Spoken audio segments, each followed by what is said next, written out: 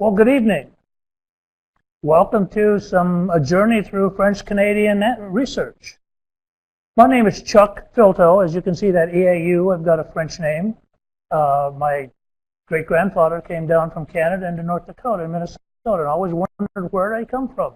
Well, after some research, I was able to find out, and we'll take a journey through some of that and see some of the results of that research. Hopefully, you can sit back and enjoy it and relax, because we're going to do many of the same things we did in the United States, as we'll see. Now, if we look at Quebec, it's up there in that northeastern part of North America. And if we look at the early 16, 17, 1800s, all of the French Canadians were settling along the St. Lawrence seaboard, or St. Lawrence waterway. Now, if we look at Quebec in that upper right-hand corner, we got the snow and the ice way up in the north, the Inuit country, and we've got this huge area that we call Quebec. Now, Quebec, or Quebec, as we say in the United States, Quebec, they like the hard K sound, primarily is settled down in this area where you see all the little blue flags. The total geographic area of Quebec today is twice the size geographically as Texas is. But it's got way, way, way fewer people. Right? If we take another glance, I got these from both of these slides, and you'll see all of the visuals that you have, as well as the handouts. There will be URLs. So you can get on the internet and see some of these very same things, okay, if you want. Now, they're primarily located along the St. Lawrence waterway from 1600 to 1800, and this genealogy site at the University of Montreal in Canada has English and French, as you might expect. This is I gave you the English URL so you could find it a little easier and understand it. But what they allow you to do is, as a map, they allow you to zoom in, zoom out, and you can click on any one of those little pins, those blue pins, and you'll find out what the name of that parish was and when it was first settled, or when first given permission to become a church. All right? So that's why I point that out, because from a historical perspective, sometimes you have the same geographic area, and somebody might be in this parish or another parish, and sometimes the only way you might know what parish they would be in is because of their birth date or their marriage date. And this other one, physically adjacent parish or church, was not founded until 10 years after they were married. So you might know, that's one of the ways you might know which place to look. So research in French Canada, except for the language difference, is exactly the same as it is in the United States. We have obituaries, except French call them avis de decease. Now, is that all right? My wife took French. I never took French. I took German when I was in school. I grew up in Minnesota in a German community. So I'm lousy at French pronunciations. I can read some of it now, but I don't speak the language. So if I try to pronounce something and I pronounce it incorrectly, please forgive me for it. The census records, they have recensements, and then the birth, well, they have birth records, but because these were primarily done for the French people in the Catholic Church, they have the baptism record, which says that they were born the same day or the day before or 2 days before, or in some cases, if the parents live far away, it might say they were born, and to give the exact date of their birth, it might have been a week earlier, but they weren't able to get to the church within 1 or 2 days, which is what most of the French families tried to do. And of course, then they had the death records too, but the church was doing this, and so they were focusing on the burial, and the burial was on a given day, but the death occurred 1, 2, or 3 days before that. However, sometimes in the case of an infant, or in the case of sickness, they were died and buried the same day. So we'll be covering those, and I've got them in blue there because we look at those as our primary records, just like we do with anything. These were records created at the time that the events happened. All right. So the fact that they were on the census They were listed on the census. Now, the date, their age might be wrong. So that's secondary information, but the fact that they were listed in that city, in that town, on a census record is primary information. All right? The good news is we don't always have to rely on primary records. Sometimes we get our information from secondary sources, such as genealogical society publications, where somebody has done some research on a particular town or city or location, or maybe a family name. And of course, there are many books that were published. And of course, in today's world, we use the internet a lot, and we do use Google searches or go directly to URLs to a website to get information. Of course, you and I probably publish. I know I do. And so I have uploaded my GEDCOMs by 25 years of research with over 100,000 names in it on the Filteau side of the family. Over 100,000 people have married into the family tree.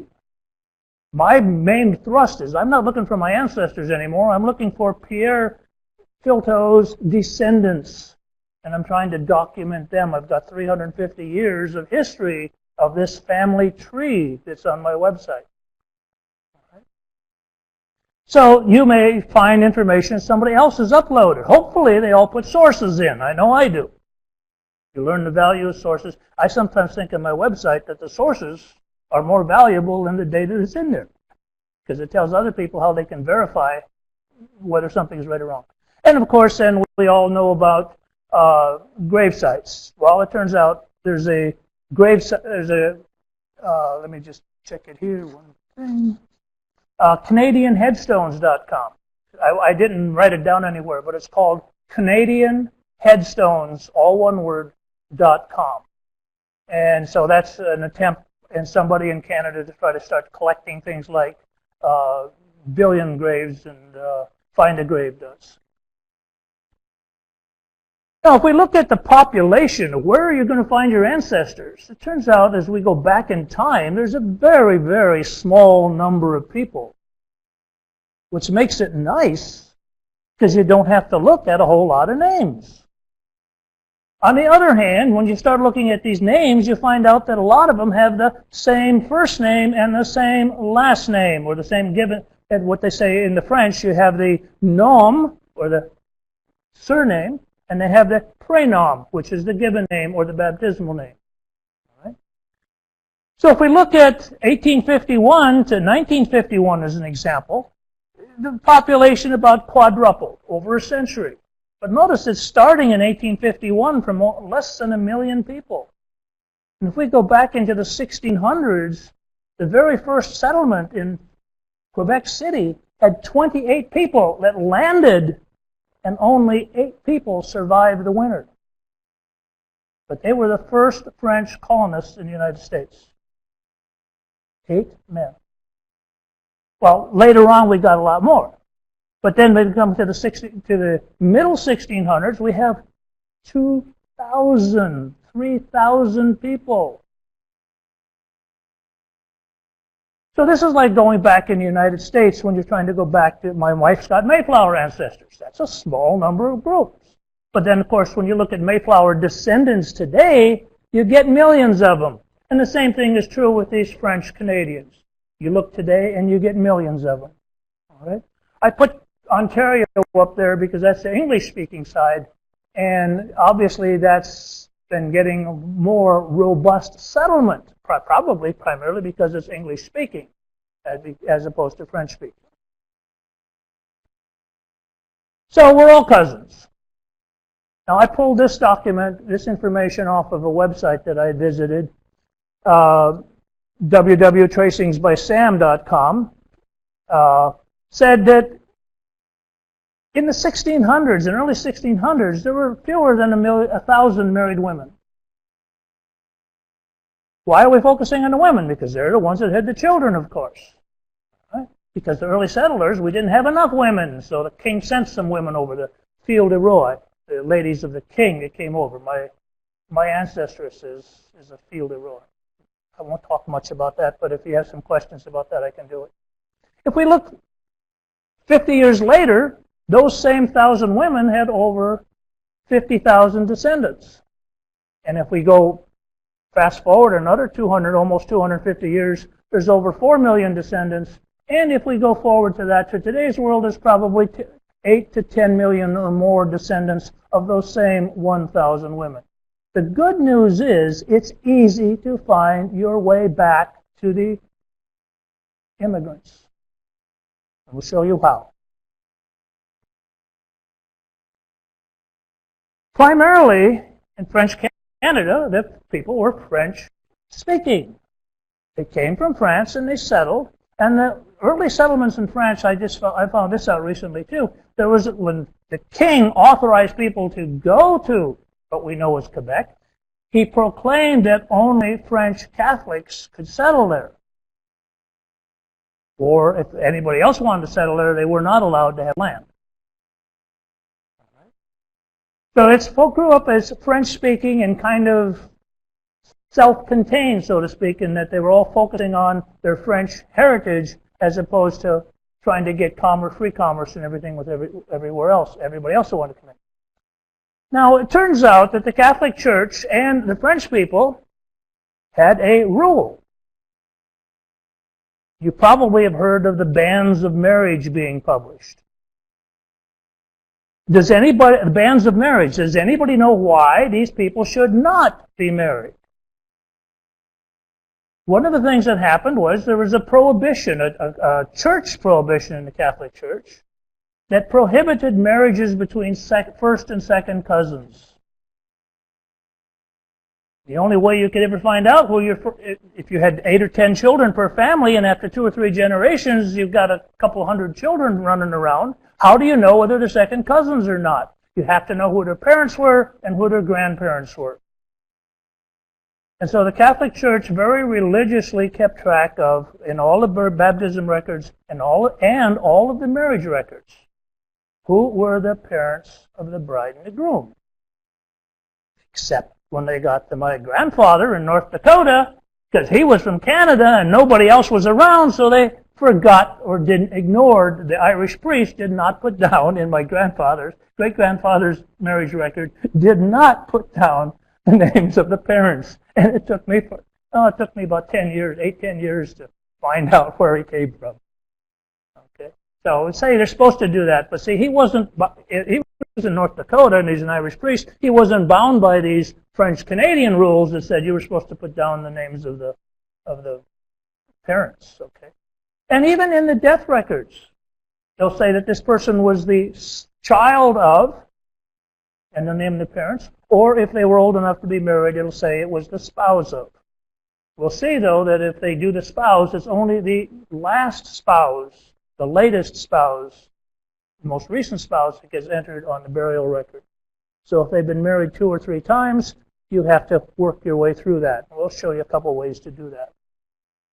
Turns out, of course, that the French didn't stay in French Quebec Canada. Some of them moved to Ontario. Well, usually the French, if they got married in a French-speaking church in Ontario, they followed the rules. But if they got married in an Irish church, or if they fell away from the church and got married in an Anglican church, or if you just look at Anglican records, even in French Canada, you usually will never, ever find the names of the parents. They'll just say, on this day, appeared before me, and I married Jane Doe and John Smith. And that's it.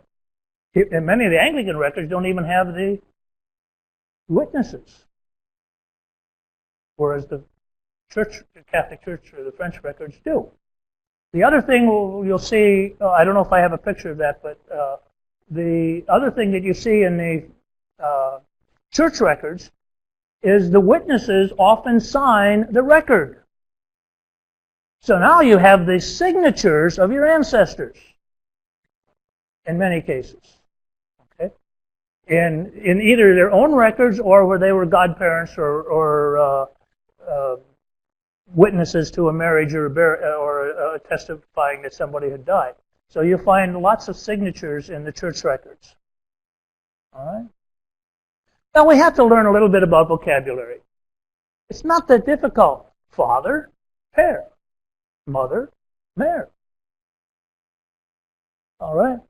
If somebody was born or died, nay, or is, well, kind of English, like is deceased. Okay, for that person died. Now, the numbers start to become a little weird, because remember 427 years ago? Who did scores? The French did. They did beat. 60 is soixante. But, soixante. I always pronounce that finally. Thank you. Soixante. What's 70? Soixante-dix.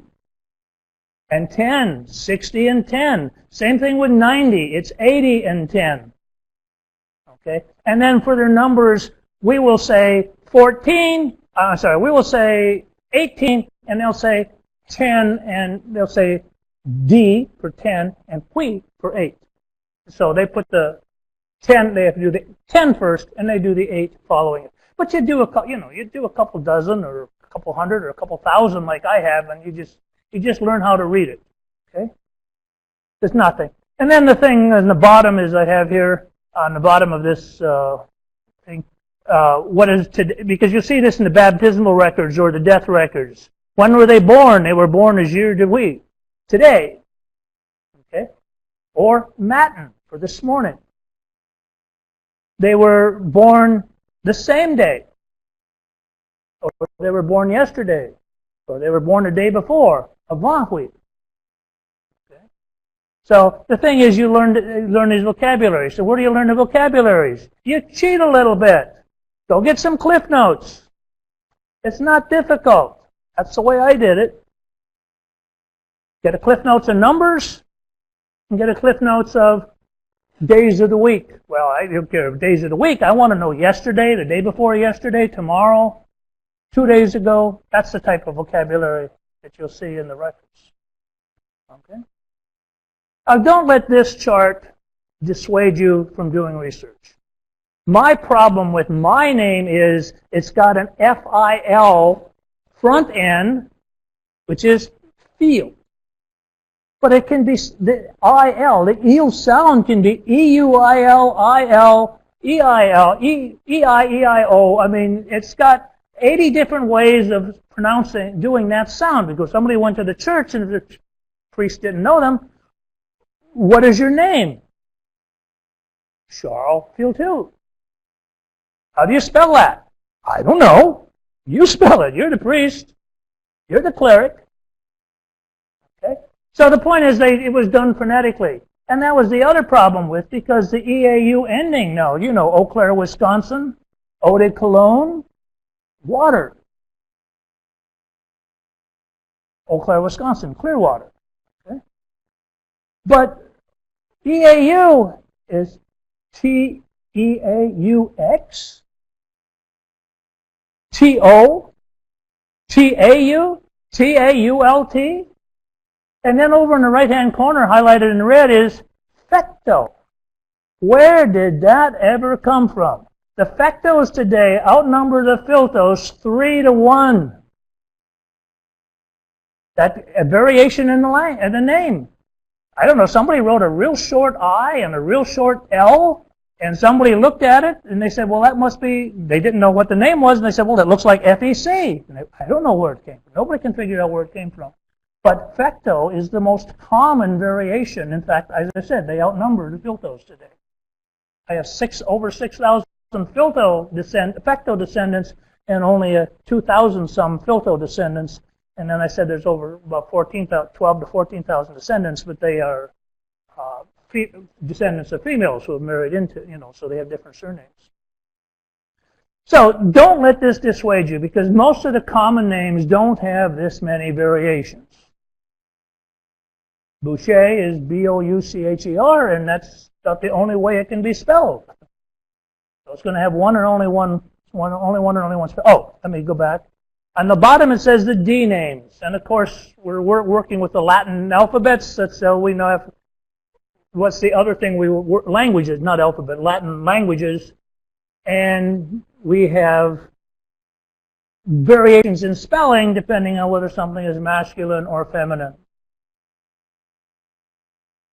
So if a lady was called by an alternate name, it would be a D-I-T-E, and if a gentleman or a lord or anyone was called by an alternate name, it was a D name, a D-I-T. The T is not pronounced.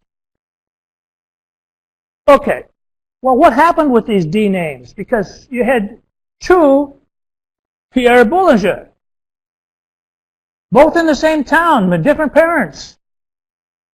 Well, this one had red hair, and this one had black hair, so one of them might have been given a name of the red. Or maybe this one lived high on a hill, and the other one lived down in a valley, and they might have been, so they, you know, you remember the Cincinnati Kid?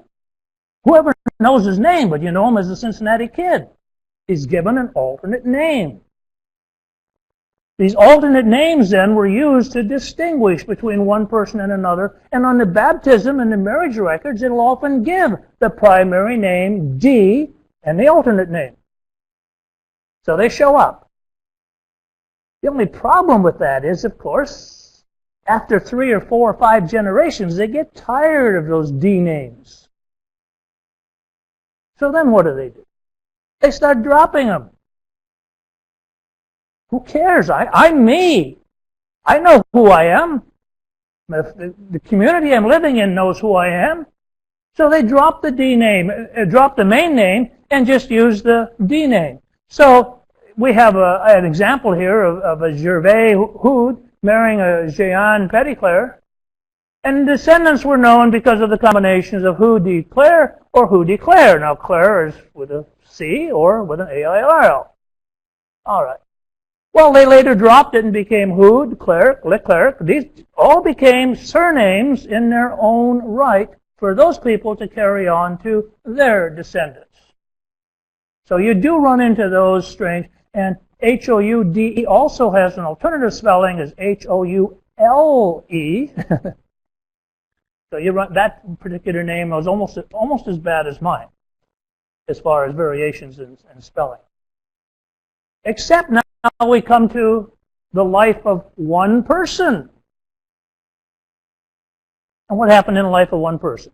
Well, Pierre, Who de Claire, was baptized that way. Because that was he named his father. It wasn't Gervais. Gervais was a great-grandfather or something. But then when he was married, the priest put down Pierre Claire. Used the D name. And then when he was buried, his burial record said Pierre Leclerc. Now I'll tell you, that doesn't happen just in French Canada. I have a great uncle who had 3 children, Norwegian. 3 children born in North Dakota. The 3 of his sons all carried different surnames.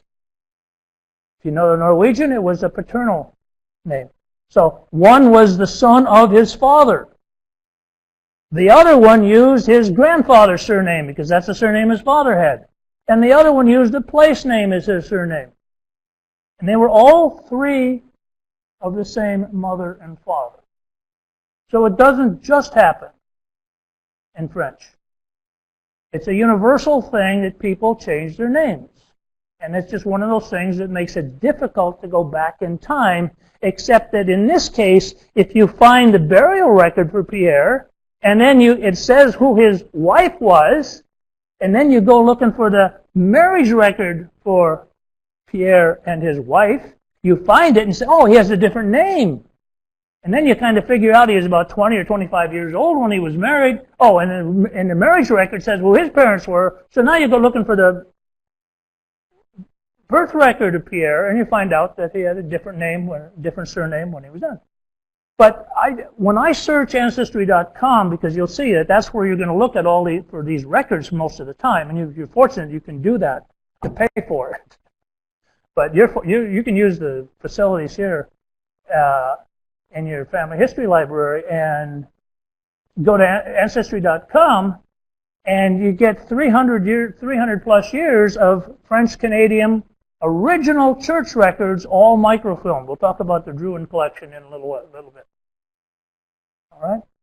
But so I do a lot, I mentioned ancestry.com. I do a lot of searches for first names.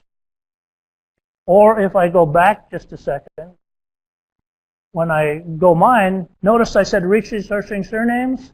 If I'm going on Ancestry looking for somebody, Pierre Filteau, I don't know if it's going to be Filteau or Fecteau. So I will do a wildcard search of F*Teau. And then if I still can't find them, I'll do a wildcard for F*Tean, because EAU is often indexed by EAN. There are no French surnames ending in EAN, but the indexers didn't know that. And they saw this script and thought it was written as was EAN. So they'll index it with EAN. So anyway, you learn a lot of little tricks in doing research. I did one search on a first name only. Arthur. He was 2 years old. He's going to be somewhere in the state of New York, state of Minnesota. There's going to be an Arthur that's 2 years old. I have any idea what the census takers. I couldn't find him on his normal name. But I knew he was 2 years old. I found him. But I had to go through a lot of names. But they were all in the census record. They'd be within 2 years of a birth date. And so, all over the state of Minnesota, I'm looking in this county, this town, this county, this town. But I found him. I said, that's a weird spelling, but he's there. Because the census taker didn't know how to spell his name. Okay. When we look at surnames, we get a lot of variation. Stay tuned. There's some more stuff yet to come when we get to the United States. It becomes even more interesting, but that's a different question. Okay. Researching surnames. We have Pierre Filteau, Pierre Filteau, Pierre Filteau, Pierre Filteau. 4 different sets of parents. 4 different towns. All born within 2 years of each other. Which Pierre Filteau am I looking at? Because they're all called Pierre. There's about 6 or 8 common. Robert, Hubert is in there. Marie, Joseph are definitely there. Jean or Jean Baptiste or Jean Pierre. But there's all kinds. So we end up with these combinations because we got a small community over 200 or 300 years. Got a small community of names, and everybody likes the same saint name. My grandfather was called that. I want to name my son that. And you end up with the same name being in the family over and over and over again. So what you have to do is focus on dates. And how old are they? And the church. I'll give you one little, one little side that I did. I'll use English. John Doe married Jane Smith in 1822. I'll just pick a year. In the same town, another John Doe married another Jane Smith 6 months later in the same town with completely different sets of parents. But the town was big enough to have 2 churches in it. So one was fortunately married in one church, and the other was married in the other church. But now you've got the children. 10 children in the first family and 8 children from the second family. And now you got the children, and they said, well, who were my parents? And they were John Doe and Jane Smith. And where were, and what town was it? Excuse me, which set of parents? So about the only way you could eventually tell them is, where were they baptized?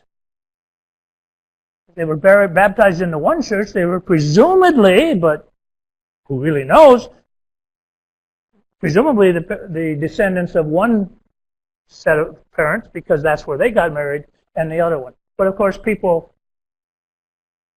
a pregnant lady would go visit her sister or her cousin or her mother and give birth to a child, and they might be 10 miles away from their home.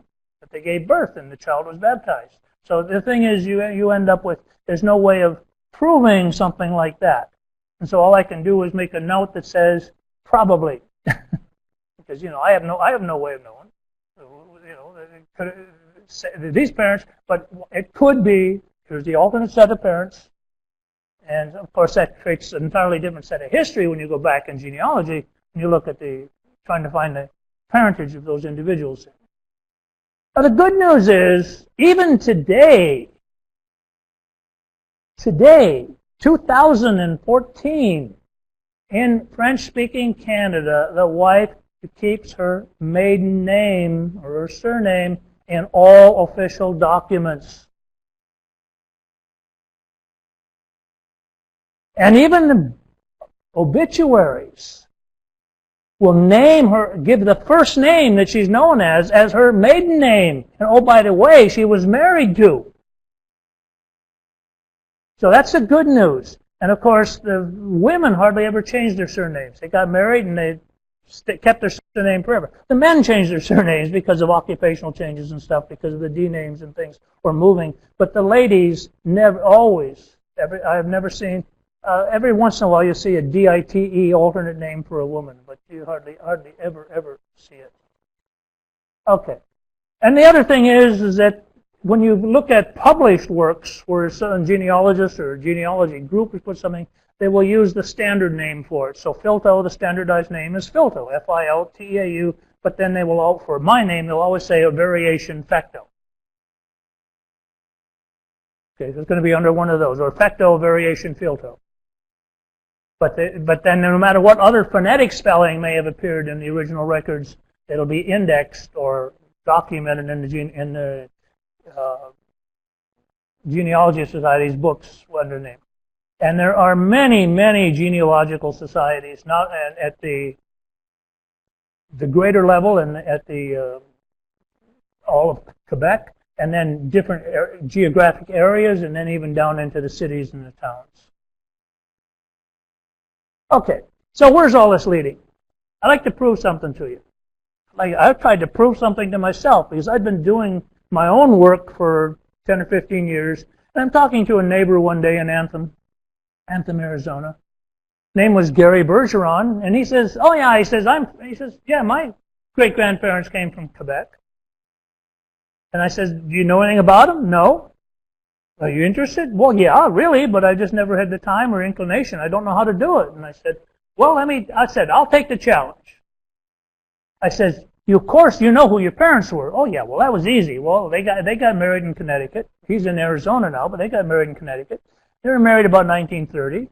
And you know the names of your grandparents? "Oh, sure, Benjamin and Henrietta." "Okay, so what do we know? We've got some names. We got some dates. So where do we start looking?" It's the most obvious place to look. Census records. Now, the 1940 census records hadn't been published when I first did this, so that's why they're not up here. But I found Philip and Dorothy in the I found Philip in the 1930, and then chasing back because I knew Benjamin and Henrietta, I chased backward and found Philip in the 1910 census. Knowing that the oldest child, and we were married about 1893 in Connecticut. So how do you get the marriage record in 1893 in Connecticut? I don't know. I never looked for it. It may or may not be available in vital records or somewhere, but I'm just pointing out that it could be difficult. But they were in the 1930, 1920, 1910, and fortunately the 1900 census. Now the 1900 census became the clue. That's over 100 years ago. That became the clue for chasing his ancestry back to France. Because we located Benjamin in 1900 census. Remember, he was married in 1893. He's been married for 7 years. He was 29 years of age. Still a young man. But what was interesting is widowed mother Lucy was living with him, as well as his youngest brother, Felix, who was only 12 years old. And guess what? The 1900 census said they immigrated in 1892. Now, why is that important? Because there's an 1891 Canadian census, because they do all their censuses in the 01, 1851, 61, 71, 81, 91, 1901, 11, and 21. They do their, and I have found people who crossed the border. They were in both censuses, depending on which way they moved, or they were in neither census, depending on which way they moved. All right? But the point is, got 3 useful pieces of information for finding this family. So I found them in 1891 census. If we do this was 9 years earlier. Lucy was 55 years old. Her husband, remember she was widowed. Her husband was, I don't know, Selfless. 59 years old. But there was Benjamin and Felix, 9 years younger. 9 years younger. And in that same 1881 census, they had an eldest child, I think I put son down. Pretty sure it was a son, was 34 years old. Well, that starts to give you an approximate time for the marriage of these parents. If the eldest son is 34, well, let's check. Go back 10 years in 1881, and sure enough, the eldest son is still 34, and there's none earlier than that. So that starts to point out a time at which his parents probably got married. So now let's do a little more digging. We've got the census records. Let's do a little more digging and start getting serious about this and start looking at marriage records. And sure enough, in 1856, in Saint Gregoire and Nicolet, we found Cleophas. Well, now that makes sense. Cleophas is the name. Celphas was not. Celphas, which appeared in the census record, did not make sense to me. Cleophas is the name. And Lucy, well, Lucy is L-U-C-Y or L-U-C-I-E or L-U-C-E or L-U-C, Lucy is Lucy, but depending on how they do that, that's going to show it. Now that we have a marriage record in 1856, it named Cleophas's parents as Joseph and Marguerite, and it named Michael and Josephte as the parents of Lucy Parento, and guess what? I did some more research just this morning, and I said, it turns out that, I forget which way, Josephte is a niece of Marguerite, or Marguerite is a niece of Josephte, but they are very closely related. But that's the way it is. Okay. So I found the ancestry. Complete. 12 generations. 508 families. I did document all my sources for every one that I looked at. Marriage by marriage by marriage, going backward in time. 65 different sources that I consulted to try to verify what I thought I was reading. Looking at websites, looking at published documentation of various genealogy societies. And now I'll just ask you a question. How long do you think it took me to find 508 families? Marriage by marriage by marriage. A week? 2 weeks? 3 weeks? A month? 6 weeks? Well, I'm going to make a point. Less than a week. Why?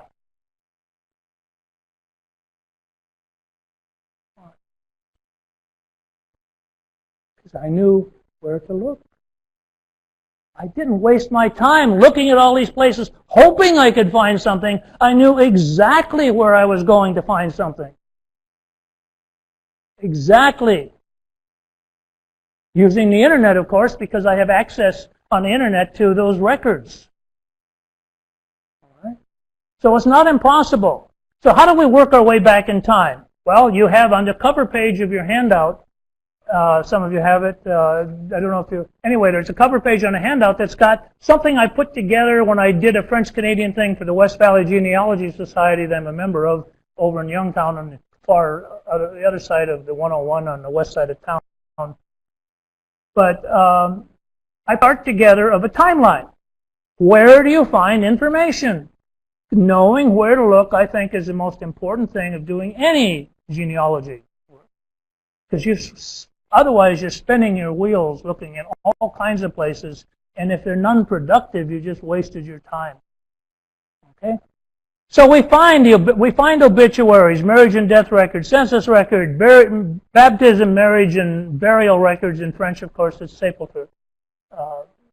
And then massive works of early genealogy. We'll talk about some of those tomes. And publish of hundreds of parish registers. You've got hundreds of them in Salt Lake City. I know you've got a few of them here. Parish by parish by parish. You've got hundreds of them because I closed the book in Salt Lake City many times when I was there on business, staying at the Marriott downtown. And we have a question.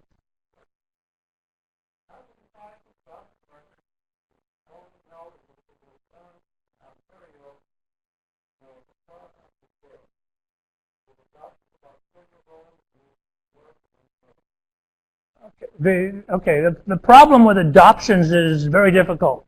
The question is, how do we find somebody in Ontario did they give a date of birth? No, born, but he was adopted when he was about 4 years old and he moved into New York State. Is that right? Okay. Well, first of all, I share an opinion that I heard from another genealogist that New York is a pit of one of the worst places you have to look for genealogy records. Because they don't share anything. Okay? Well, I'll point out something else to you, though. French Canadian is very difficult because they completely changed the surnames because they went completely phonetic on 90% of the surnames. I'll give you some examples of that. Very, very easy to see French names completely got mangled when they translated them in English. But the other point is that Ontario is also more difficult to work with. So I can't give you an exact answer, but send me an email. You have my email address on the handout, and I will be more than happy to try to assist. Okay.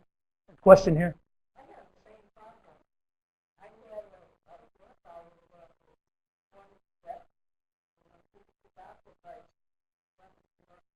Yes. Yeah. Well, and the problem is even then. Today, adoption records are sealed. Back then, they were often hidden, you can find some records of adoption, but they're very sparse. Anything I find on adoption has been sparse. It's generally only been in obituaries of recent years that will say somebody was adopted by, and unfortunately, that's about the only way that I know of getting adoptive information. It's in the last 25 years, and it mentions somewhere that somebody in the family mentions that there was an adoption.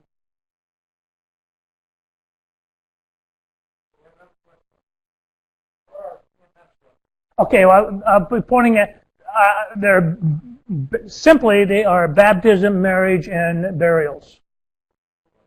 Okay, the question is, what are BMS records? Baptisms, marriage, and then the burial in the French is sepulture. S-E-P. It's coming up. Okay. Okay. Now, so does it surprise you though that Gary and I are cousins? Went back to early France. A maternal line in his back to France through Acadia. And I said, I recognize these names, I think. And sure enough, I checked my own records, and we had common. So we're seventh cousins. Okay, so it took me only 5 days because I knew where to look. Okay, so let's take a look at this. If we look at published resources, I'm going to work back in time. Working back in time, we're going to do obits first. They're the most recent things.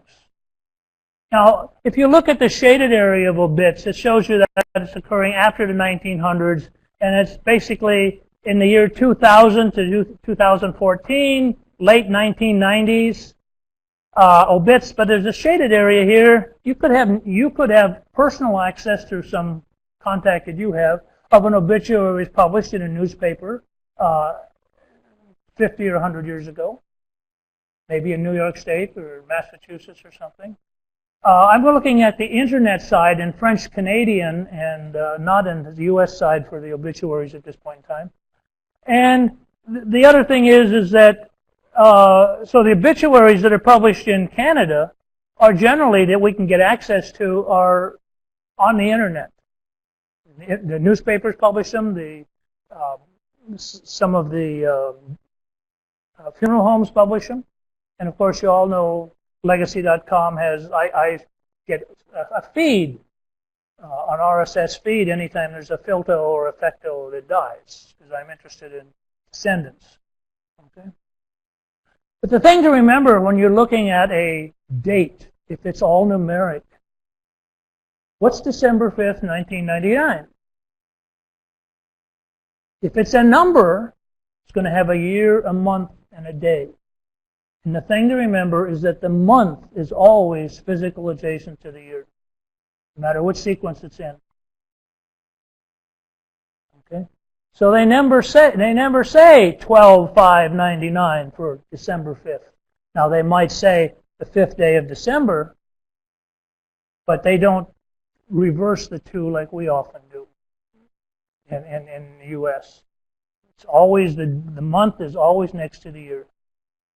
Now another word of caution. I scrape or cut and paste, copy and paste obituaries and put them into notes. I publish my stuff on a website, search on a website, and if somebody died yesterday or 2 weeks ago or 10 years ago and somebody else is looking to my website for information about the Filteau family, if there's an obituary there, it'll help them. Because the obituary will name names. The problem with copying and pasting them into my notes, as I discovered real early, was that I use Roots Magic. There's others, but that's the one I use. Roots Magic uses an encoding scheme under the covers called UTF-8. If the website that I'm copying from was using ANSI, or there's some other words for that too, but using that encoding scheme, and I copy and paste it into my notes, and then I ship it up to my website to be displayed, all of those accented characters come out as hieroglyphics because they can't be displayed properly with the browsers. And so I'm just saying, if you are copying current obituaries, always do a right click on the page before you copy it. And do a right click on your browser, do a right click. Look at there's a little thing it'll say, should come up and say encoding. Click on encoding and it'll say whether it's UTF-8 or something else. Well, let's say it's not UTF-8. And you wanted UTF-8. How do you get it? Well, this is a free product. I've used it for, 10 or 15 years now, and it keeps changing. It's a fantastic little product called Notepad++. All you got to do is do a Google search for Notepad++. And it'll pop up, and they'll give you a download. It's free, but it's a editor. Just like WordPad or Notepad, this is ++. And one of the things you do is you say, set the encoding scheme to ANSI. Paste it. Set the encoding scheme to convert it to UTF-8. It's done. It doesn't look any different, but it's guaranteed to be in UTF-8. Then I can copy that and put it in my GEDCOM as a note. So there's just two things that you should remember. I said keep these in mind if you're looking at obituaries, because a lot of times you'll see just numeric dates, or you'll see, because they won't name them, they will not spell out the month in text. All right. The French obits, 99.99%. Good news is they focus on family data. I have seen a couple that are business, but they're normally a separate obituary that's a professional obituary. What this person did in his life to interact with other people as business associates. Been a president of a company, or invented something, or he was a chief pharmacist, or he won some awards. But those are usually separate from the family obituary. And the good news is they'll usually name all of the relatives, all of the in-laws. They'll name the kids. And sometimes they'll name the grandchildren and the great-grandchildren. Some of them are really good for the grandchildren and great-grandchildren. They'll even tell you what the surname of the grandkids is. A lot of times they just lump the grandkids together. And you say, well, okay, I got 4 daughters and 2 sons, and I got 18 grandkids. Who are the parents? I don't know. Because the obituary Sometimes people are very careful as to how they write them, and other times they just lump them together. But there's usually no mention of an occupation. So I'm going to give you quickly through an obituary sample. Juliet Dickner died at age 82, S to C. On the 18th of February 2005, this died in here. She was born in 1922. Okay. She was the wife of the late FEU. We say in English, wife of the late. Now, you do a Google Translate on that, and it'll come up fire. FEU translates in English to fire. You know it's not fire. This is, well, I'm not trying to be irreverent, but he may have been cremated, but that is not, this has anything to do with it. Okay? Nothing to do with that. In English, this translates to the late Monsieur Armand de Ries. Now, a lot of times when I first started seeing this, I thought the M was the abbreviation for Mary, but no, they don't use MR or MO or anything. M is the standard abbreviation for Mr. Monsieur. All right? So he was a wife. Now this will have an X on the end instead of an SE if it's masculine to feminine. So I mean, okay. Had 8 infants. Well, you learn that HUIT is 8. 8 children. Well, enfant is not too bad because hey, it almost looks like English, right? 8 infants, 8 children. Names the children. G married Suzanne Filteau. I wonder why I picked this one out. Okay. But names the other 8 children. Jacques appears, well, did Jacques ever marry? He's not currently married. He may have married and divorced. So the family chooses not to say, so you know, you're reading an obituary, they do have sensitivity to their family members. So I cannot say for certain that Jacques was married or not married. Janine is married, Clement is married. Okay, so we got the children. And then had grandchildren, small children. These are the grandkids. 10, 9, 19 grandchildren. Okay? And 7, sept, great-grandchildren. Now, see how easy it is? You know French already. Okay? Now, I said they also named the brothers and sisters and in-laws. Now, I've got at the bottom of this visual what this thing at the top, it says her sisters, brothers, sisters-in-law, and brothers-in-law. Belsur, okay, and Beaufrere. All right. Well, what they really mean is her sisters, and in parentheses they will put the brother-in-law or his spouse or the brother-in-law, and the brothers, and in parentheses they'll put the sister-in-law. So this is the way you interpret the names. So now you find out that she had a brother and sister. Roger is currently married. Madeline is deceased. The late Madeline. Since she's deceased, she was married to Thomas Ville. For whatever reason, the family thinks it's important. She is currently a very good friend of Rose Desjardins. That's all I'm going to say. I have no reason. They'll mention in the obituary. Okay. Roland is not married. This is a brother. I'm sorry, Roland was married. Roland was a brother-in-law because who was his wife? Jeanette Dickner. Dickner is the family surname we're looking at. So they named him, but his sister's deceased. Marielle, now this is a lady, and this is a lady, her husband died, but she is currently a very good friend of Roger Cody. Now, these obituaries give the families. These are the people that they know and love. Okay? And so they give a lot more information than you see a lot of times in English obits. Okay. And then we get this one at the bottom, her sister Martha, and usually these are given from the oldest to the youngest. So when you read this, you usually get a track of the age of the children, and you can verify that once you start knowing other information. But Martha's first husband, Jocelyn, died. She is currently not a good friend of, but conjoint with Roland Cote.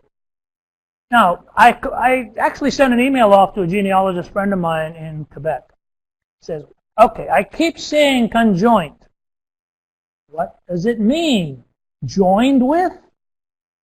Spouse? He says if they know for certain it's a spouse, they will say époux. But whoever wrote the obituary doesn't necessarily know that it was a spouse, so to cover themselves, they will usually say conjoint. Currently joined with or currently living with. Maybe the good friends are living with them too, but they don't say that. So conjoint is a serious relationship. That's all I can say. I mean, I'm not trying to make little of it. I'm just trying to say what I'm trying to figure out as I read these things. What does it mean? What does it mean? And as he said, it made sense to me. He said, well, if whoever wrote the obituary doesn't know for sure, then they will usually say conjoint. But the ones up here are definitely not married. Okay. Now, where do you find obituaries? 15 years worth of obituaries, 100,000 obituaries a year, 1.5 million obituaries in French Canada. That's a boatload of obituaries, all in one website, if you want current information. Okay? How about the funeral homes? 75 funeral homes are kind of an association. There's one of them, the Domaine Funéraire. And they have, why is that? This is, they just got on the internet recently. This is genealogy information here. So they went back further in time to 1999. The funeral homes got into the online internet and the websites starting in the late after 2000. And so they have 2005. So you've only got 10 years worth of history here.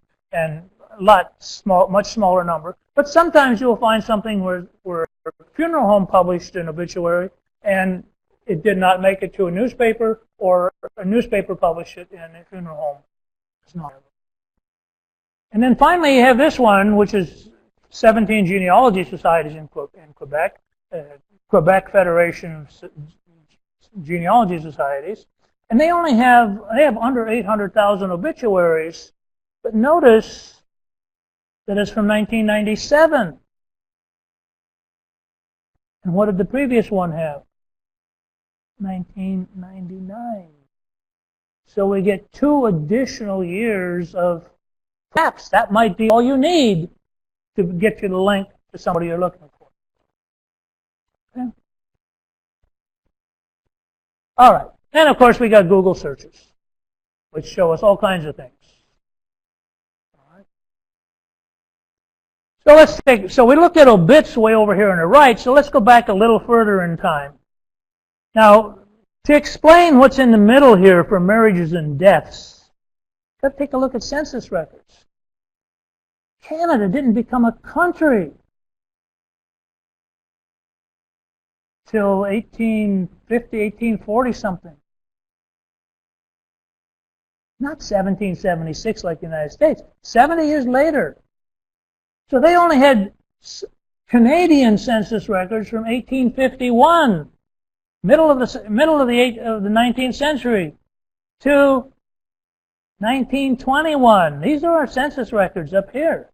So what's after that? What's public information can we get at to if we don't have obituaries? Well, some genealogy societies in Quebec recognize the fact that we have a big gap in information. So what are we going to do about it? We're going to try to fill that gap. All right. So we get recent information and the Druin Institute.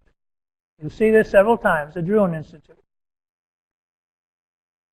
We got census records in 1921, so for some reason they picked up on 1926. I have no, they're spending their money, they're the one who did it, all right?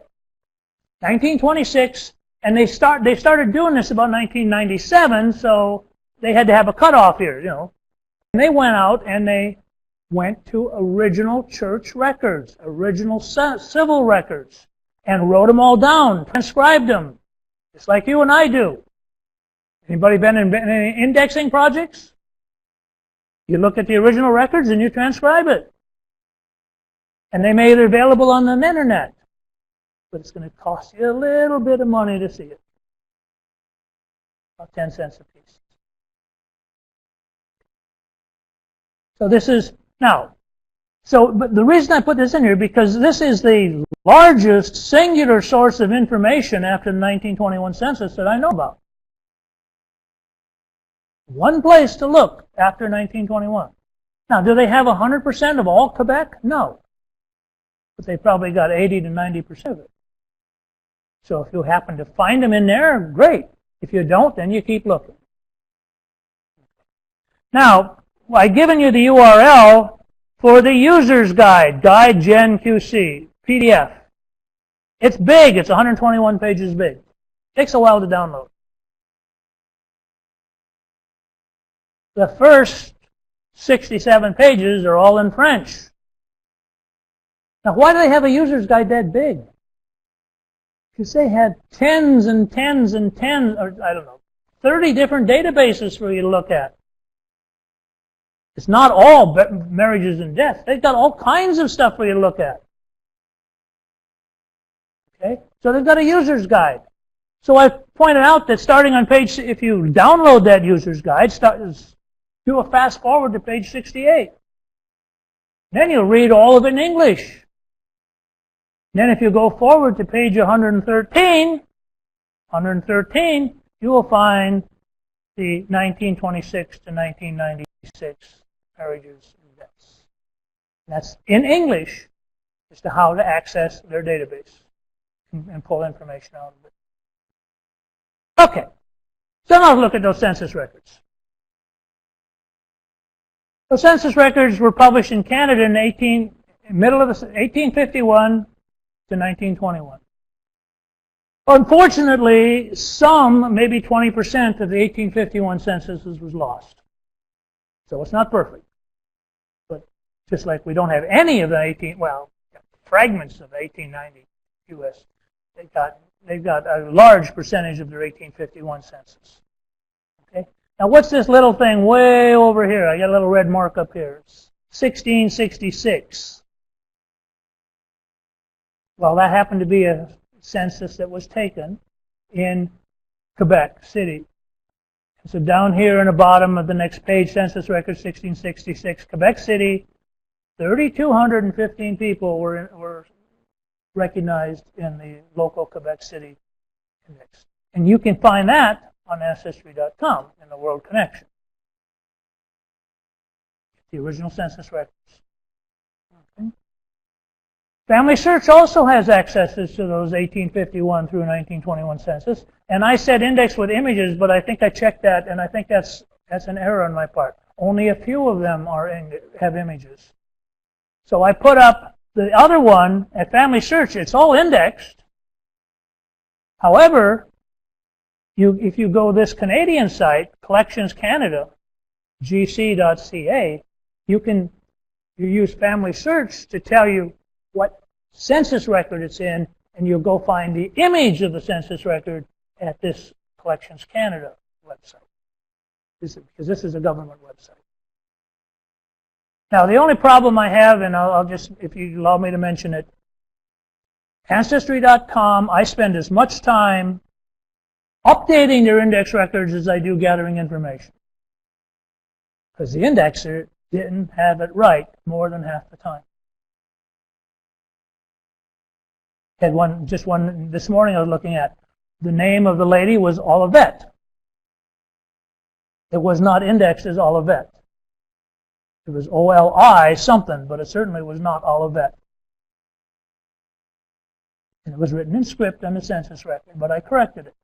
The problem I have with FamilySearch is you have not yet allowed me to, I know you're working on it, I know it's coming, but you don't allow me to correct, or at least suggest a correction for indexed records. And so the indexed records are great, but that's the only potential problem with these Canadian French Canada ones, is that the indexer did not necessarily really understand French, and so they indexed them as EAN instead of EAU, or a variety of other errors. And so when you're looking for somebody, you can't find them. That's why I end up doing first name searches. Now the good news for you is Ancestry requires 3 letters before you put an asterisk, and you will do it with 1 letter and an asterisk. So I can do F asterisk, and I don't know if I'm going to get Filteau or Filteau or Felto or Fecto or what, but at least I start with the F's and I don't get anything before F and I don't get anything after F. So, I mean, I'm trying to be fair. It's not all websites are created equal. And you've got some good points, and Ancestry's got some good points. Okay. Publicly resources. I don't spend a lot of time on the census because we've hopefully, if we're interested in genealogy, we've all already spent time on census records looking at them. So now we come to the granddaddy of all databases. Well, that's really on the bottom here, but this is all secondary. Everything we've talked about so far, obituaries, census records, and the Druin images are all primary sources. Now these marriages and deaths, I mentioned that. I said those are secondary sources because those were transcribed. They're better than nothing. And they even tell you where the original source is, and in some cases you can get the access to the original source. Okay. But now we're going to look at these, what they call the Druin BMS. And somebody had a question about BMS. This is where it'll really be answered. BMS is baptisms, marriages, and burials. In English, we call them BMDs, birth, marriages, and deaths. But the focus, since these were church records, they were focusing on the baptism and the burial. Now, not in the very beginning, but quickly on, the churches were the center port for the government that did not get involved with the birth messenger. The church was the record keeper for vitals, statistics. And so they eventually learned how to keep 2 copies. They kept 1 copy and mailed the other copy in Pony Express or whatever to the civil authorities. Okay. In 1940,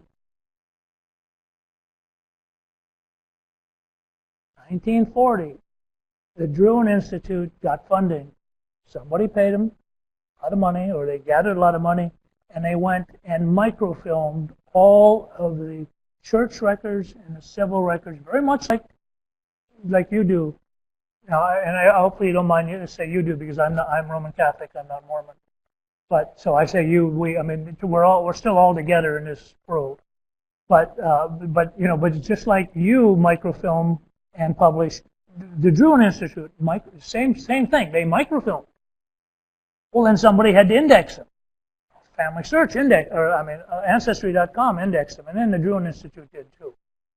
But Ancestry paid money to the Druin Institute to put them on Ancestry. So you can, if you got Ancestry, you can find them there. Okay. So they're fee-based access, and I'll get into Acadia later, okay? Because these are really, they're not suspect, but they're the best things we have, because these are learned books of genealogy written by people who interviewed and looked at secondary and tertiary sources to piece together what the history of the Acadian people were. So, I mean, it's better than nothing, but there's no absolute guarantee here. It's probably 90, 100% right, but there's always a probability. Since we have no other thing to prove it wrong, then we have to generally presume that it's okay. Okay. So it was microfilmed in the 40s. There are a small number of records that were missing in 1940 that might have been there 100 years earlier, but they weren't around for them to microfilm in 1940. Druin Institute and Ancestry got. The nice thing is you got standard format. And those of you that have a handout, I took the handout for this is out of place because I put it on the very last sheet of your 6-page handout. So it was all together in one nice place. There's a standard format for baptism, and all you do is look at the key words.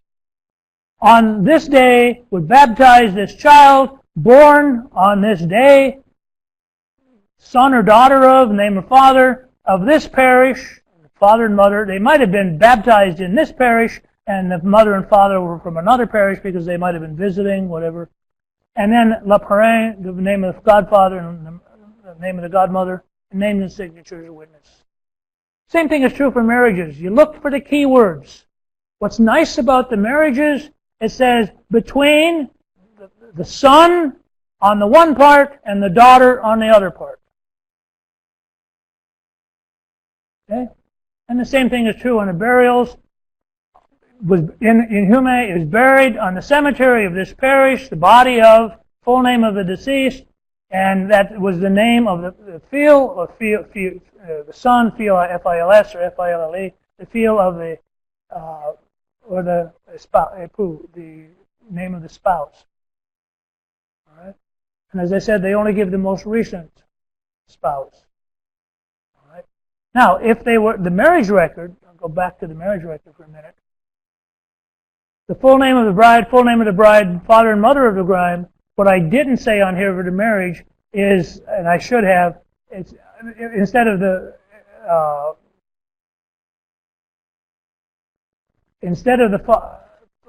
father and mother of the groom, it could be it was previously married, and then say it was the widow or widower of. And it will not name the mother and father, it will name the previous wife, because they were an adult and married. So it'll name the previous spouse. Now the problem with that is you don't have the parents. So now you got to go find a marriage record for this person and that person's previous spouse. And if that was all, this is a third marriage, then you got to go, and you got to go back three marriages till you finally get the parents. So sometimes you're chasing a chain of events, but it's not impossible. Okay. Now, just to prove it, what do you think went through my mind and my heart when I was able to find a microfilm of the original record for the immigrant married on 1966? This was my great-great-great-great-great-great-great-great-great immigrant grandfather. Now, they spelled his name Philteau. P-H. Well, that's Fido. Okay. PH is another. I didn't put that up as one of the alternatives, right? But that was on the original record. Philteau. Now, Gillette had only one L instead of two. It's commonly written with two L's. This is a G. And then her surname is usually written with a D on the end instead of an E on the end. But the original marriage record has Savard. Now, what's interesting on here, it says on this day, and here's Pierre Filteau's name. Okay. And Gillette Savard's name, Gillette Savard, daughter of. Now this is Francois Savard and Jean, the female Moran, of the parish. Well, these were the immigrants.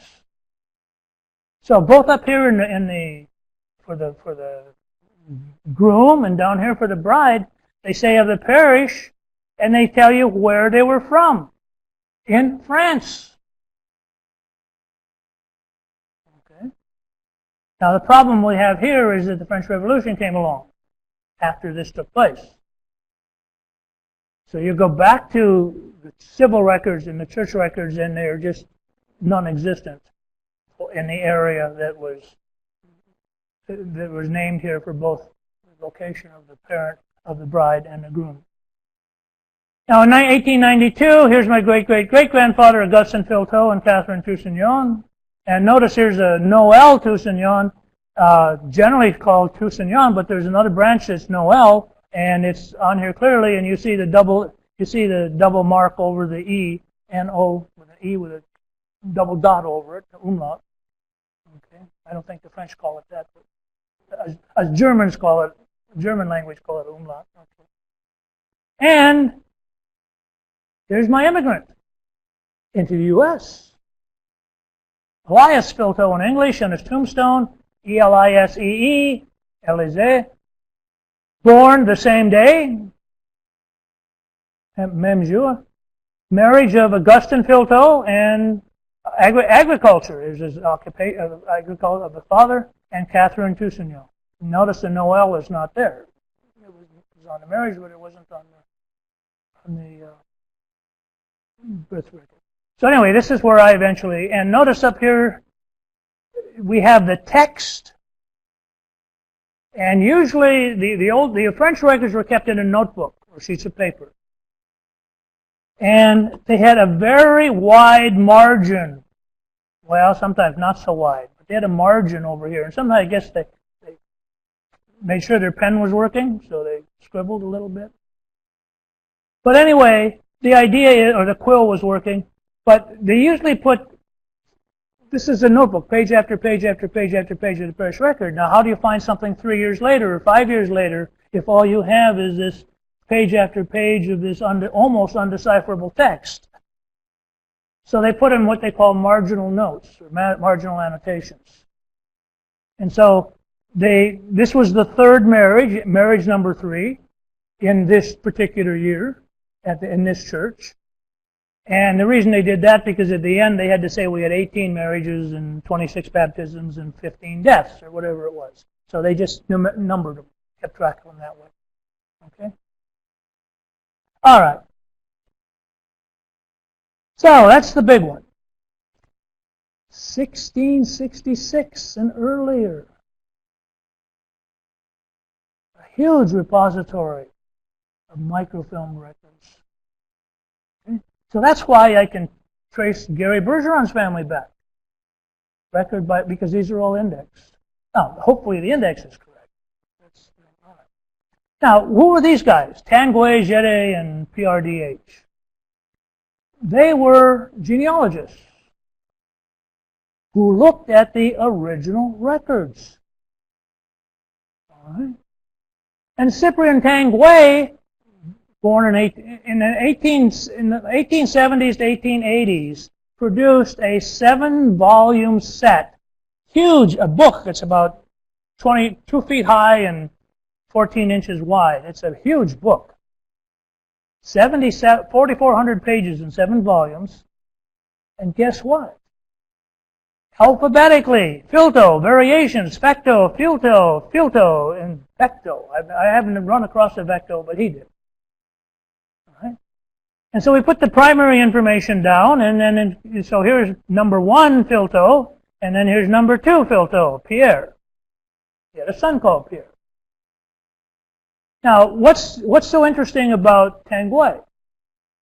This was 100 years, or 1880. It was 60 years before Druid. Tanguay had records available to him that he documented in his publication that weren't found when Druid did their microfilm.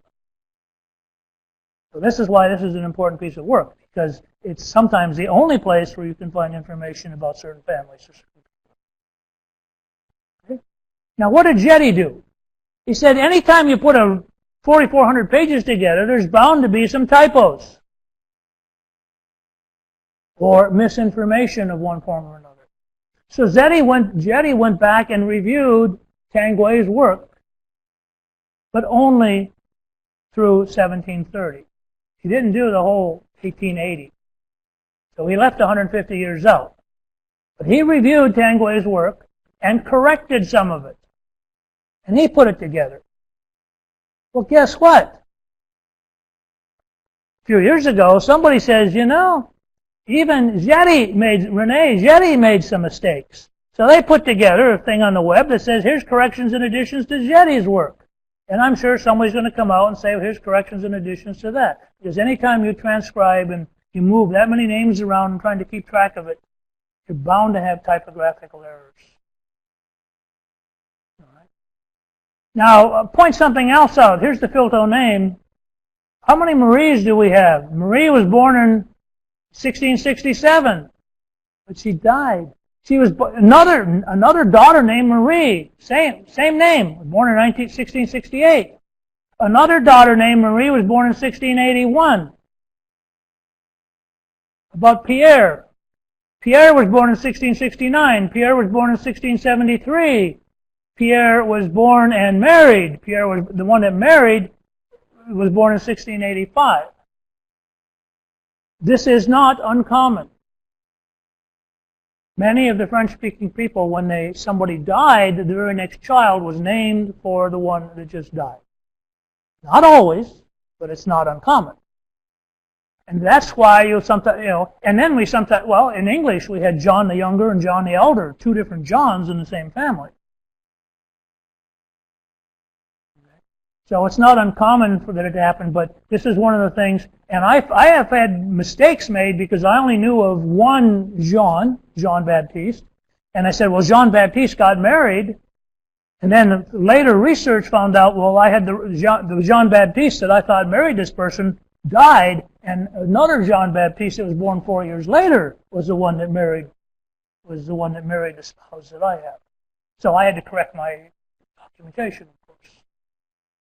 So you can't always, you get a name and you presume it's right, but then additional research sometimes proves it wrong. So what's the PRDH? Well, let me skip ahead a minute and say it's the Programme de Research of Demographic History, the University of Montreal. Now I'll back up.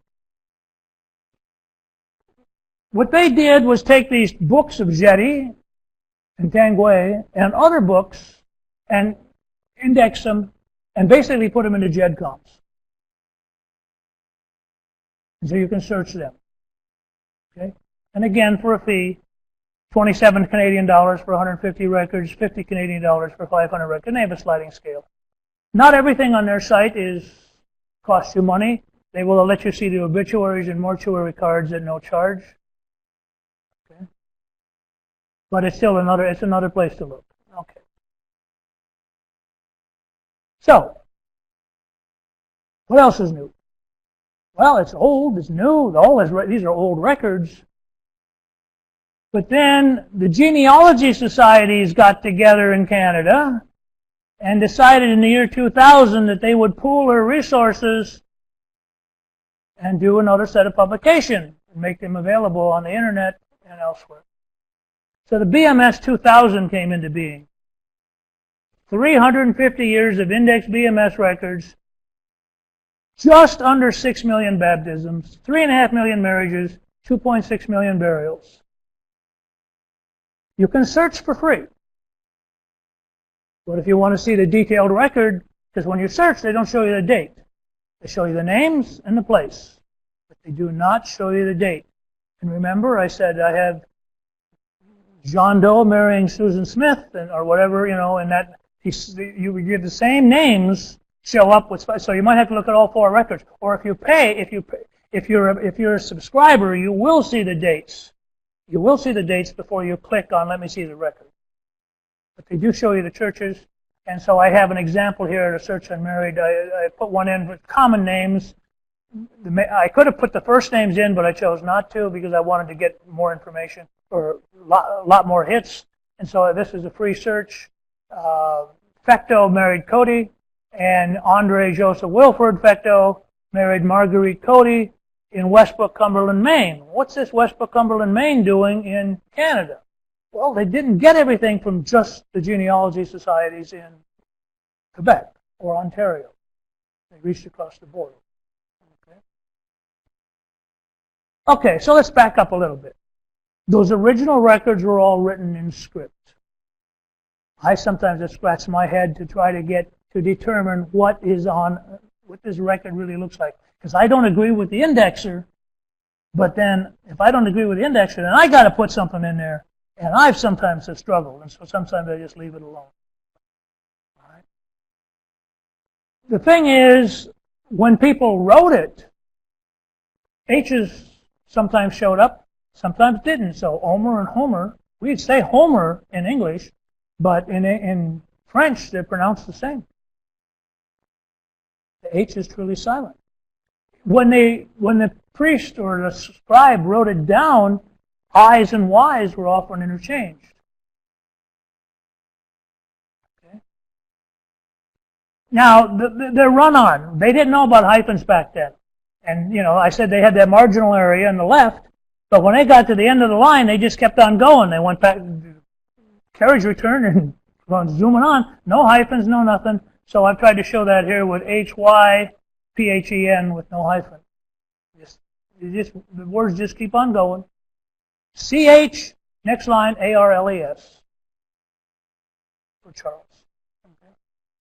The problem, so that's the script. They don't always, you have to be able to read the script, and they don't always get the letters that you expect. I showed you Filteau was PH. Then you got the people who index it when you're looking on the index, and Bisson was written with the old-fashioned S. Look like an F. Sometimes it's just a double S, and Bisson can be spelled as two S's or one S, the variation. But it was indexed, of course, as Biffin. So I'm doing a search for Bisson or BIS asterisk ON because it's either got one S or two S's. And I don't find it. So I go BI asterisk ON, and then Biffon shows up. Okay. All right. And of course the indexing. And the accented E, when they longhand, if the person isn't familiar with the name, they look, an E without the curl in it, just the scripted I and the scripted E are often mistaken for each other. And especially in French where you've got an accented E. It can be mistaken for an I. So it was indexed with an I instead of an E. All right. So we're wrapping this up. Other resources. Acadia. As I said, Acadia is an interesting thing. They were the early 1600s. The French came in and got driven out of Acadia in the French. We call it the French Indian War. The English called it the 7-Year War, and I won't go into what the French called it because they didn't like it. But anyway, the French and Indian War drove people out of the French people. In fact, the French came in and actually literally drove the French Canadians in, not in Quebec, but in Prince Edward Island, Nova Scotia, and New Brunswick. Physically removed them from the premises, burned their crops, burned their houses in many cases, and gathered them and put them on ships and shipped them to Great Deportation. They shipped them to Connecticut, Massachusetts, back to France. Half of them died on the voyages on the ship because they weren't necessarily well treated or the best food wasn't available. And of course, many of them went all the way down around Florida and into southern Louisiana. Became the Cajuns. Okay? Because French owned Louisiana at that time. Remember, America got it, Louisiana purchased from the French. So they took them all the way around Florida and into French territory down and said they'd be better off among people who speak their own language. So I guess many of them were optional on the part of the people who were being dispossessed of their homes, and sometimes it wasn't. So that's the only ship we got. Get on it. A lot of the people escaped. They didn't want to be captured. They didn't want to be taken over by the French, and they migrated, walked, rode a donkey, whatever they could to get into Quebec. Okay. After the war was over, and in some cases the people who went to Louisiana and into Ontario and stuff carried church records with them. First, many times they didn't. All this stuff was reconstructed later. And there were depositions under oath, I swear. And people gave very accurate, 1755 back to 1620 is only 3 generations. So they were able to give very accurate, under oath, very accurate information as to who their parents, grandfathers, and great-grandparents were. Well, Stephen White put a 2-volume set together. Bona Arsenault put a 7-volume set together, and Jana Jane put corrections and additions to Arsenault's. And there's a lot of Akkadian information available, and this is one site that you go to get a lot of. So then we have family histories. The Filteau history, the way I got stuck on it, as I was researching I was up in Canada on a business trip. I went by every day. I went by Danielle Filteau, one day she was in her office, and I said, I got the same surname and last name. We got to be related. And she says, oh, we're related. And she told me all about Pierre and Gillette and how she was. I said, oh, I didn't know all that. I'm in the U.S. I didn't know all this stuff was available. And it turns out that Leon Filteau in 1895 published a 250-year history of the Filteau family, Pierre and his descendants, as he had learned it from the originals. Well, sometime later, somebody named Facto? Well, when they got to Missouri and St. Louis, these people screwed up the French alphabet. They didn't know any different. What is your name? Filteau. Well, that sounds like F-A-C-T-O. So that's what they wrote in their church records, F-A-C-T-O. All right. So Leo Facto, wrote 300 years, and he covered primarily, he knew about this book. This book, by the way, is on my website. It's not copyrighted anymore. And of course, what I'm trying to do now is 350 years. Because I had two other people that did a lot of very good works, but now I've got, with the internet, I have access to tons more information than they ever had. As I said, there's over 1,000 parishes, and then separate from that, this is one family. These then down here the parish registers and our French Canadian ancestors are multiple. This is a nice little Thomas LaForest. It's been translated into English. It's available in French. It's a little 30-volume set of about 100, 150, I forget the exact number, of immigrant families. And the Filteau family is in there. About 6 pages written up on the Filteau family, or the Code family, or anything else. Okay, now we get some real fun. You're in the U.S., and your ancestor is Wood, and you know they're named W-O-O-D on the census record, and you know they came from French Canada. What was their surname in Canada? It wasn't Wood, because Wood looks awfully English to me.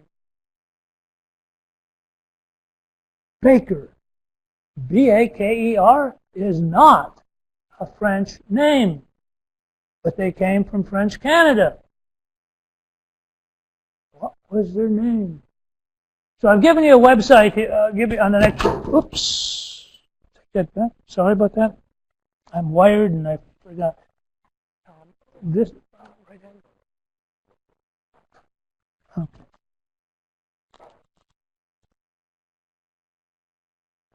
Still mic'd, but I need to put this on. Okay now? Sorry about that. Sometimes my wife thinks I'm Italian. I talk with my hands. Okay. So what were their names? If you go ahead one page, I've given you.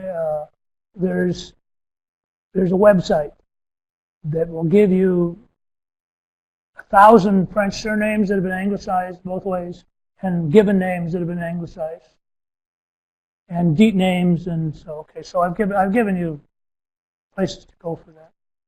But let's just take a look at them. Wood could have been Dubois or Durbois. Baker could have been Boulanger.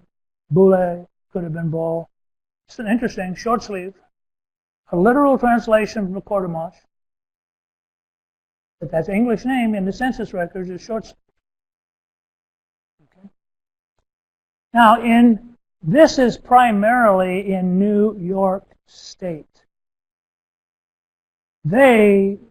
What's your name? Gagne, G-A-G-N-E, is a perfectly good French name. How did they spell it? G-O-N-Y-E-A. Phonetically, Gagne. Yay! Okay. How about Perry? Well, Paré was French, but English, they made it Perry. Livenois, Lavarnway, Delomier. This stuff in French Canada coming down as Forrest Porter. They just came over to the United States, came down to work, settled down, married somebody, had children, and So it's very awkward, and so you have to try to find these things. The English name Nelson for a first name was Narcissa on a baptism record. Now, Pierre and Peter are easy. Stephen and Etienne, William and Guillaume are easy. But some of them, they're not always. Tosin, my ancestor, was Toussaint.